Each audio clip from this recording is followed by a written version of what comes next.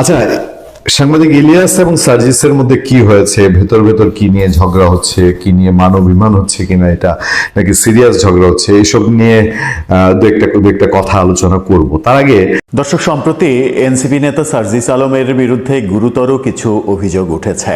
হলফনামায় তিনি তার যে সম্পদের কথা বলেছেন, আয়কর রিটার্নে গিয়ে সেখানে দেখা যাচ্ছে যে তার 3 গুণেরও বেশি সম্পদ।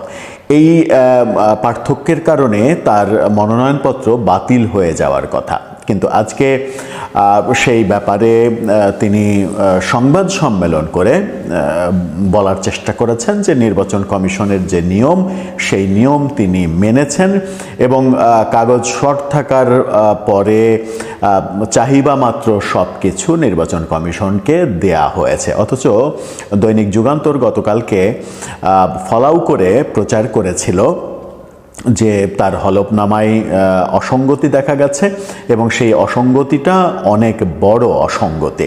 আজকে সার্জিস আলম তার উত্তরে বলার চেষ্টা করেছেন যে আওয়ামী ফ্যাসিস্টের কিছু লোক তার বিরুদ্ধে প্রোপাগান্ডা করছে, অর্থাৎ দৈনিক যুগান্তরকেও তিনি আওয়ামী ফ্যাসিস্ট হিসেবে আখ্যা দিয়েছেন। যে যুগান্তর এবং তাদের টেলিভিশন চ্যানেল যমুনা টেলিভিশন গত 24-এর 5 আগস্টে শেখ হাসিনা সরকার পতন এবং তার আগে আন্দোলন, এই আন্দোলনে অনেক বড় ভূমিকা পালন করেছিল, ছাত্র জনতার পক্ষে অবস্থান নিয়েছিল, সেই প্রতিষ্ঠানকেই এখন আওয়ামী লীগের দোসর, ফ্যাসিস্টের দোসর হয়ে যেতে হচ্ছে।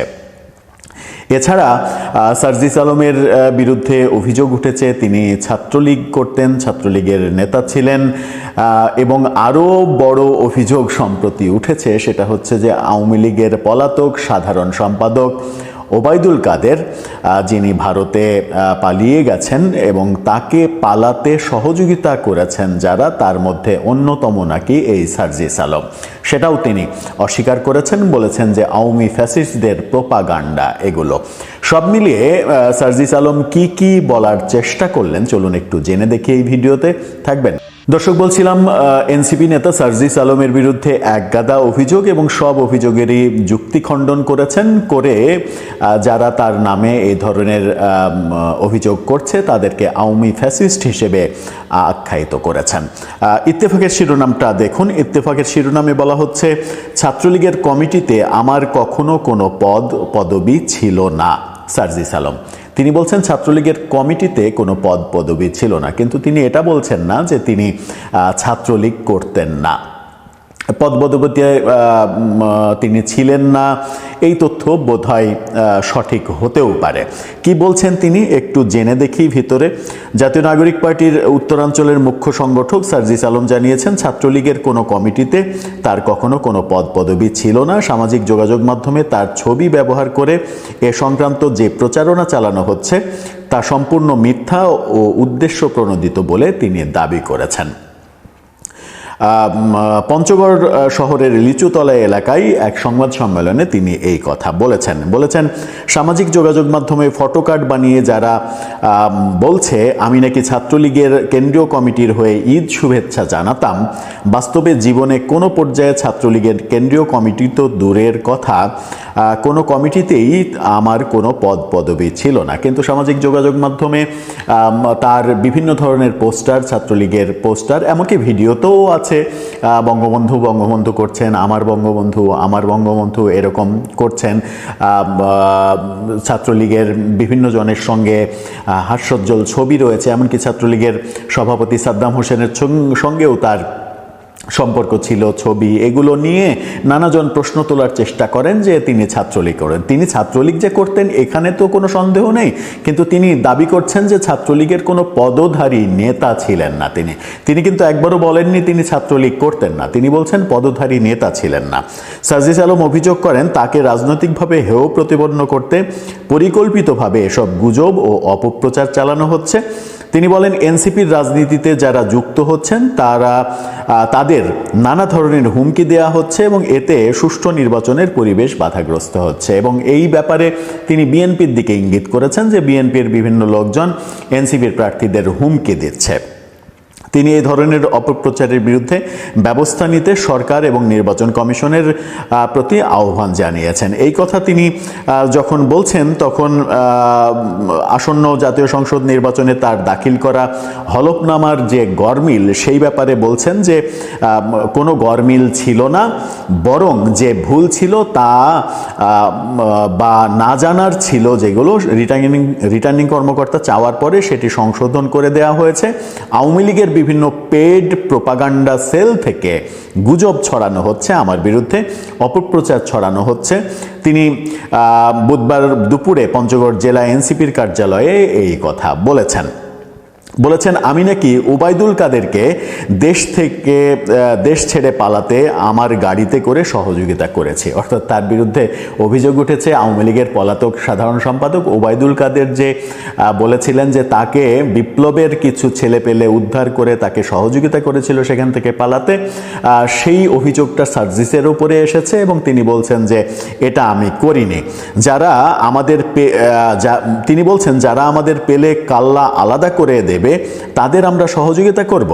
বিএনপি বর্তমানে নানা ধরনের গুজব ছড়াচ্ছে, ভয়ভীতি দেখাচ্ছে, লোকজনকে নির্বাচনে কালো টাকার প্রভাব বিস্তারের চেষ্টা করছে, যেটি আওয়ামী লীগ করেছিল। অর্থাৎ বিএনপিকে এইসব কর্মকাণ্ডের জন্য দায়ী করছেন তিনি আরও বলছেন আমি বিভিন্ন প্রতিষ্ঠানে পণ্য সরবরাহের ব্যবসা বাণিজ্যে যুক্ত হয়েছি কিছুদিন আগে। তিনি বিভিন্ন প্রতিষ্ঠানে পণ্য সরবরাহ করেন, পণ্যগুলো কি সেটা তিনি উল্লেখ করেননি। আমরা কোনো ধরনের তথ্য গোপন করিনি, যা সত্য তাই দেখিয়েছি। যেহেতু সদ্য বিবাহিত আমি, সে কারণে স্ত্রীকে তেমন কিছু দিইনি। সে এখনও পড়াশোনা করছে, গৃহিণী সে, কোনো ব্যবসা বাণিজ্যের সঙ্গে সে যুক্ত নয়। তিনি বলছেন তার কর্ম হচ্ছে বিভিন্ন প্রতিষ্ঠানে পণ্য সরবরাহ করা। তো বিভিন্ন প্রতিষ্ঠানে পণ্য সরবরাহ করে মাত্র কয়েক মাসে লক্ষ লক্ষ টাকার মালিক কিভাবে হওয়া যায় সেই ব্যাখ্যা অবশ্য তিনি দেননি। আবার তিনি ফেসবুকে নিজের স্বীকৃত পেজে এক পোস্টে সার্জিস আলম লিখেছেন, সার্জিসের ফেসবুক পোস্টটা দেখে নিতে পারেন। সেখানে তিনি দুইজনকে দোষারোপ করছেন। সেখানে লিখেছেন মেহের জাহান এবং ইলিয়াস হোসেন কোনো প্রকার তথ্য প্রমাণ ছাড়া আমাকে নিয়ে নির্লজ্জভাবে মিথ্যাচার করছে। রাজনৈতিক কারণে হোক, টাকার বিনিময়ে হোক, কোনো গোষ্ঠীকে খুশি করার জন্য হোক কিংবা অন্য কিছুর উদ্দেশ্যে হোক, তারা এই কাজগুলো করছে। অর্থাৎ তার নামে নাকি প্রোপাগান্ডা ছড়ানো হচ্ছে, এই অভিযোগ তিনি করছেন। তার বিরুদ্ধে কি মিথ্যাচার করেছেন সেটা অবশ্য পোস্টে তিনি লেখেননি। তবে দুই অ্যাক্টিভিস্টের গত কয়েকদিনের ফেসবুক পোস্ট ঘেঁটে দেখা গেছে আওয়ামী লীগের সাধারণ সম্পাদক এবং জুলাই গণ অভ্যুত্থানে ক্ষমতাচ্যুত সরকারের সড়ক পরিবহন ও সেতু মন্ত্রণালয়ের মন্ত্রী ওবায়দুল কাদেরের দেশ ছেড়ে পালানোতে সার্জিসের হাত ছিল বলে লিখেছেন মীর জাহান ও ইলিয়াস হোসেন। সার্জিসের আজকের ফেসবুক পোস্ট নির্দিষ্ট করে সেই অভিযোগের প্রেক্ষিতেই কিনা তা অবশ্য নিশ্চিত করা হয়নি। অর্থাৎ সম্প্রতি ওবায়দুল কাদেরকে পালিয়ে যাওয়ার ক্ষেত্রে সার্জিস সহযোগিতা করেছে এরকম অভিযোগ তোলা হয়েছে। সার্জিস এক সময় ছাত্রলীগ করত, সেই ব্যাপারে তিনি বলেছেন আমি ছাত্রলীগের পদধারী কোনো নেতা ছিলাম না, কিন্তু তিনি বলেননি ছাত্রলীগ করতেন না। সব মিলিয়ে ব্যাপারটা যেটা দাঁড়ালো সেটা হচ্ছে তিনি বলতে চাচ্ছেন যে তিনি ছাত্রলীগের নেতা ছিলেন না, যেটা বলা হচ্ছে যে নেতা, তিনি নেতা ছিলেন না, তার মানে তিনি কর্মী ছিলেন। আর ওবায়দুল কাদেরকে সহযোগিতা করে দেশ ছেড়ে পালিয়ে যেতে সহযোগিতা যেটা করার অভিযোগ করা হচ্ছে, তিনি বলছেন যে এই জাতীয় কাজ আমি করিনি।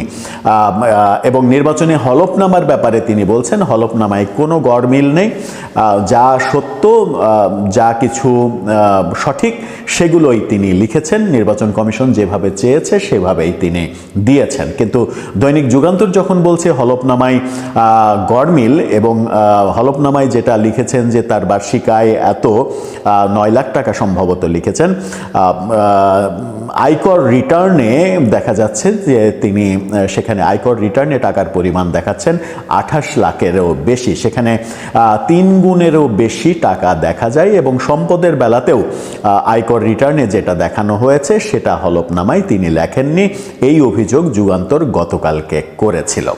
সব মিলিয়ে দর্শক আপনার কাছে কি মনে হয়, আপনার মতামত ইন্টারেস্টিং। এই ব্যাপারে আপনার মতামত জানিয়ে, যেখানে অভিযোগ উঠেছে ওবায়দুল কাদেরকে পালাতে তিনি সহযোগিতা করেছেন, এর বাস্তবতা কি আদৌ থাকতে পারে আপনার? আচ্ছা, সাংবাদিক ইলিয়াস এবং সার্জিসের মধ্যে কি হয়েছে, ভেতর ভেতর কি নিয়ে ঝগড়া হচ্ছে, কি নিয়ে মানবিমান হচ্ছে কিনা, এটা নাকি সিরিয়াস ঝগড়া হচ্ছে, এইসব নিয়ে দু একটা কথা আলোচনা করব। তার আগে আমি আপনাদেরকে আরেকটা জিনিস মনে করে দিই। এই যে কয়েকদিন আগে হবিগঞ্জের যে ছেলেটা পুলিশের সামনে থানায় গিয়ে ওসি সাহেব বললো আমরা পুলিশ পুড়িয়েছি, থানা পুড়িয়েছি, এই যে মাহাদি হাসান যে ছেলে, সেই ছেলে তার একটা ভিডিওতে বলেছে না যে ছাত্রলীগ করা যদি অন্যায় হয় তাহলে ছাত্রলীগ তো সার্জিস ভাই করেছে, হাসনাত ভাই করেছে, বলেছে না?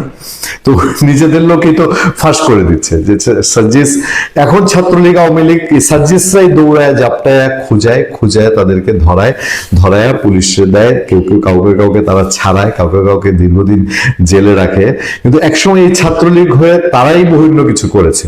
আচ্ছা, সার্জিস ছাত্রলীগের কোনো পোস্টে ছিল কিনা এটা তো বড় প্রশ্ন না। প্রশ্ন হলো তিনি হেলমেট বাহিনীতে ছিলেন কিনা, তিনি হলে ত্রাস করেছেন কিনা, হলে তাওরাস করেছেন কিনা, সেই সময় অন্যায় সুযোগ সুবিধা নিয়েছেন কিনা, এগুলো প্রশ্ন।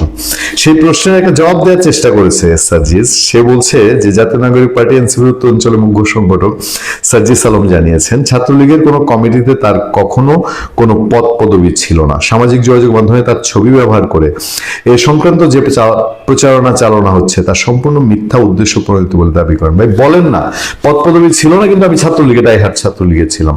সব ছবি, সব ঘটনা, সবকিছু মিথ্যা যতগুলো প্রকাশ পেয়েছে এখন পর্যন্ত। বুধবার দুপুরে পঞ্চগড়ে তিনি নিজ নির্বাচনী এলাকায় তিনি কথা বলছেন। তিনি বলেন সামাজিক যোগাযোগ মাধ্যমে ফটোকার্ড বানিয়ে বলা হচ্ছে আমি নাকি ছাত্রলীগের কেন্দ্রীয় কমিটি হয়ে ঈদের শুভেচ্ছা জানাতাম। বাস্তবে জীবনের কোনো পর্যায়ে ছাত্রলীগের কেন্দ্রীয় কমিটি তো দূরের কথা, কোনো কমিটিতে আমার কোনো পদ পদবি ছিল না। আলহামদুলিল্লাহ, ঠিক আছে, ছিল না, উনি সত্যি ধোয়া তুলসী পাতা। কোনো কমিটিতে পদ পদবি ছিল না। পদ পদবি ছাড়া ছাত্রলীগ করাই তো তখন বিশাল ব্যাপার ছিল। ছাত্রলীগের সিলটা যদি গায়ে থাকতো তাহলে তার কিছু লাগতো না তখন।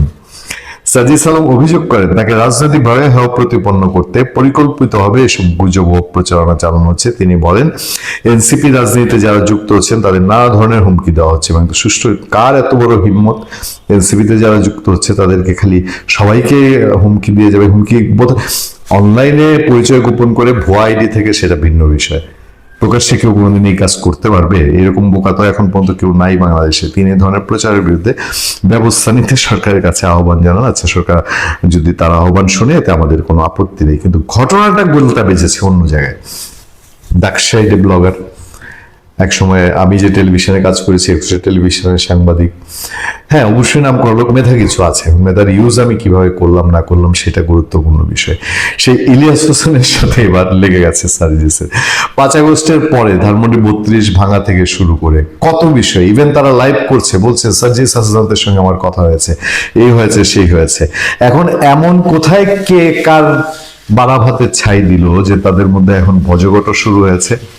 জাতীয় নাগরিক পার্টি উত্তর অঞ্চলের মুখ্য সংগঠক সার্জিস আলম বলেছেন কোন তথ্য প্রমাণ ছাড়া আমাকে নিয়ে নির্লজ্জভাবে মিথ্যাচার করছে ইলিয়াস হোসেন ও মীর জাহান আমি চিনি না ভাই, সরি।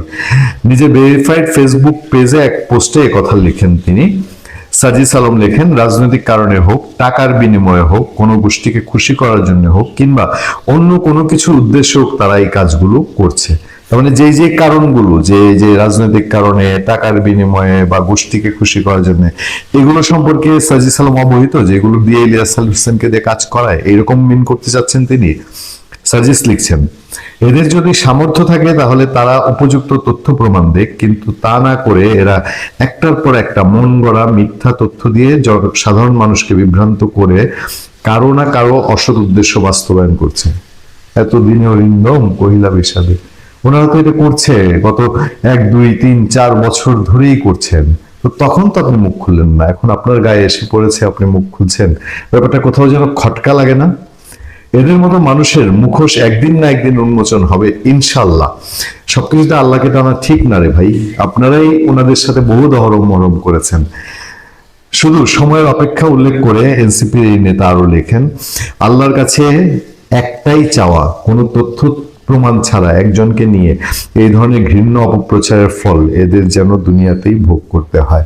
আচ্ছা, পাপের সাজা মানুষ পাপ দিয়ে পায়, কিন্তু সার্জিস আলম এবং ইলিয়াস হোসেন সম্প্রতি দেখলাম যে ডক্টর ইউনূসকে নিয়ে তিনি খুব সাংঘাতিক রকম কড়া ভাষায় কথা বলেছেন, তাতে করে তার ফেসবুক আইডি গুলো ফেসবুকে ডিসেবল করেছে, এত বেশি কড়া ভাষায় কথা বলেছেন। তখন তো সাজিদ আলমরা কিছু বলেন না, কারণ তাদের তো পছন্দের মানুষ ডক্টর ইউনূস। এই ইলিয়াস হোসেনরা বাংলাদেশে অসংখ্য মানুষের যেই কথা অভিযোগ সাজিদ আলমরা করছেন, এরকম কাজ আরো অনেকের অনেক অভিযোগ আছে। তখন তো সাজিদ আলমরা কোনো কথা বলেন নেই। আমরা বহু কিছু আকাশে বাতাসে শুনতে পাই, বহু খবর আমাদের কাছে আসে, আমরা সেসব খবর যে ব্যক্তি বিদ্বেষ, সোজা বাংলায় আমার ধর্ম আমাকে যেটাকে গীবত করতে না করেছে সেটা করব না বলে আমরা বলি না, কিন্তু দেশের স্বার্থে এমন এমন কিছু খবর আমরা শুনি, যে খবরগুলো সেই 5 আগস্ট থেকে, 5 আগস্টের পূর্ববর্তী সময় থেকে 5 আগস্ট এবং তারপরে দীর্ঘ সময়, যখন পর্যন্ত এনসিপি কে নিয়ে প্রশ্ন করতে পারে না, যখন পর্যন্ত এই বৈষম্য বিরোধী ছাত্র আন্দোলনকে নিয়ে কেউ কোনো প্রশ্ন করতে পারে না, যখন তারা সমস্ত প্রশ্নের ঊর্ধ্বে, যখন তারা ইচ্ছা করলে কোনো একটা হসপিটাল বন্ধ করে দিতে পারে, কোনো একটি থানা বন্ধ করে দিতে পারে, কোনো একটা অফিস বন্ধ করে দিতে পারে, এখন তো প্রশ্নের মুখে পড়ে, জনগণ প্রশ্ন করে, কারণ তাদেরও লোকসংখ্যা এখন কমে আসছে। সেই সময় পর্যন্ত বহু ঘটনার নজির আছে বাংলাদেশে, যেগুলো আস্তে আস্তে আস্তে আস্তে বের হবে। ভালো থাকবেন, সুস্থ থাকবেন। আপনার সাথে আমি আতিক রহমান, পূর্ণিয়া।